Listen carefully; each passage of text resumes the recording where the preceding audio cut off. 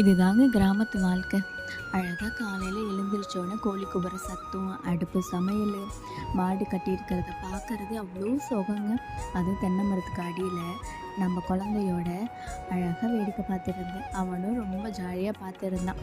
நான்லாம் மரவள்ளி கிழங்க 1 கிலோ ரூ. 150 சொல்லிட்டு டவுனில் வாங்கி சாப்பிட்ருக்கேன்.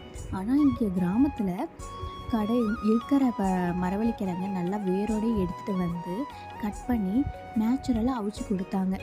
அதுவும் அடுப்பில், அந்த அடுப்பில் அவிச்சு கொடுக்குற சுவையே சுவை தான். யார் யாருக்கெல்லாம் அடுப்பில் சமைக்கிறது சாப்பிட ரொம்ப பிடிக்கும்னு சொல்லிட்டு கமெண்ட் பண்ணுங்க. எனக்கெல்லாம் வந்து டவுனில் கேஸ் அடுப்பில் தான் சமைப்போம்.